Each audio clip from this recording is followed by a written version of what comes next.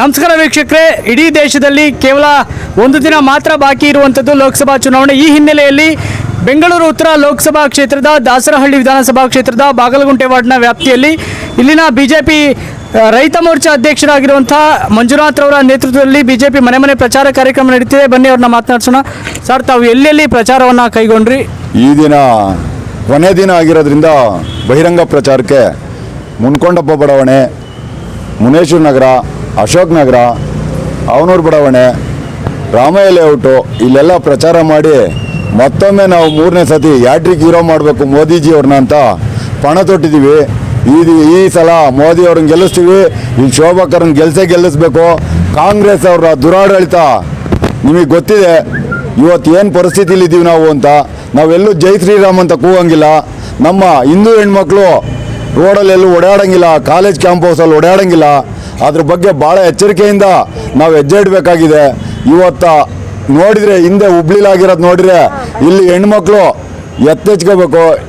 ಎತ್ತೆಚ್ಕೊಂಡು ನಾವು ಮೋದಿನ ಮತ್ತೊಮ್ಮೆ ಗೆಲ್ಲಿಸ್ಬೇಕು. ಅವರು ವಿಶ್ವಕ್ಕಾಗಿ ಮೋದಿ ಅಂತ ನಾವೇನು ಘೋಷಣೆ ಆಗ್ತಾ ಇದ್ದೀವಿ ಅದನ್ನು ಪ್ರೂವ್ ಮಾಡಬೇಕು. ಮತ್ತೊಮ್ಮೆ ಮೋದಿ ಅವ್ರನ್ನ ಪ್ರಧಾನಿ ಮಾಡಬೇಕು. ಇಲ್ಲಿ ಬೆಂಗಳೂರು ಉತ್ತರ ಲೋಕಸಭಾ ಕ್ಷೇತ್ರದಲ್ಲಿ ಶೋಭಾಕರ್ನ ಗೆಲ್ಲಿಸಬೇಕು. ಅತಿ ಹೆಚ್ಚು ಬಹುಮತದಿಂದ, ಪ್ರಚಂಡ ಬಹುಮತದಿಂದ ಅವ್ರನ್ನ ಗೆಲ್ಲಿಸಿ ಮೋದಿ ಅವ್ರನ್ನ 3ನೇ ಬಾರಿ ಹ್ಯಾಟ್ರಿಕ್ ಹೀರೋ ಆಗಿ ಮಾಡಬೇಕು ಅಂತ ನಮ್ಮ ಕಾರ್ಯಕರ್ತರು ಉತ್ಸಾಹದಲ್ಲಿದ್ದಾರೆ.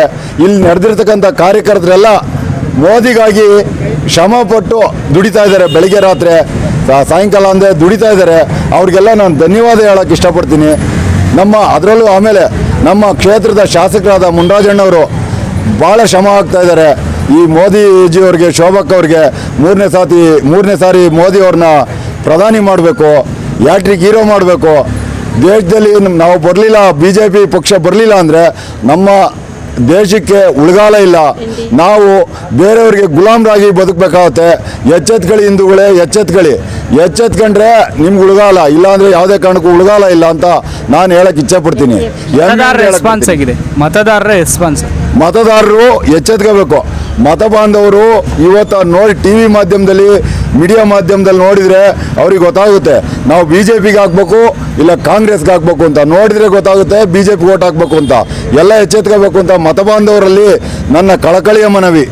ಕಾರ್ಯಕರ್ತರಲ್ಲಿ ಒಬ್ಬರಲ್ಲೇ ಅಲ್ಲ, ನನ್ನ ಮತ ಬಾಂಧವರು ಕೂಡ, ನನ್ನ ದೇಶದ ಮತ ಬಾಂಧವರು ಕೂಡ BJPಗೆ ಓಟ್ ಹಾಕಬೇಕು, ಮತ್ತೊಮ್ಮೆ ಮೋದಿನ ಪ್ರಧಾನಿ ಮಾಡಬೇಕು. ಇದರೊಳಗೆ ನಮ್ಮ JDS ಪಕ್ಷದ ಕಾರ್ಯಕರ್ತರು ಸೇರಿದ್ದಾರೆ. ಕುಮಾರು, ಹನುಮಂತಣ್ಣ, ರಾಜಣ್ಣ, ನಮ್ಮ BJPಯಿಂದ ಮಂಜುಳಾ, ಯಶೋದಕ್ಕ, ವರಲಕ್ಷ್ಮಿ ಅವರು, ಸುಮಾರು ಜನ ಇಲ್ಲೆಲ್ಲ ಬಂದು ಸೇರಿದ್ದಾರೆ, ನೆರೆದಿದ್ದಾರೆ ಇಲ್ಲೆಲ್ಲ. ಅವ್ರಿಗೆಲ್ಲ ಧನ್ಯವಾದ ಹೇಳ್ತೀನಿ. ಭಾಳ ಶ್ರಮ ಹಾಕಿದ್ದಾರೆ. ಆ ಶ್ರಮಕ್ಕೆ ಪ್ರತಿಫಲ 3ನೇ ಬಾರಿ ಮೋದಿಜಿಯವರು ಪ್ರಧಾನಿ ಆಗ್ಬೇಕು ಅಷ್ಟೇ ನಮಗೆ. ಅದು ಬಿಟ್ಟರೆ ಬೇರೆ ಇನ್ನೇನಿಲ್ಲ. 3ನೇ ಬಾರಿ ಮೋದಿ ಪ್ರಧಾನಿ ಆಗಬೇಕು. ಇದಿಷ್ಟು ಮಂಜುನಾಥ್ ರವರ ಮಾತಾಗಿತ್ತು.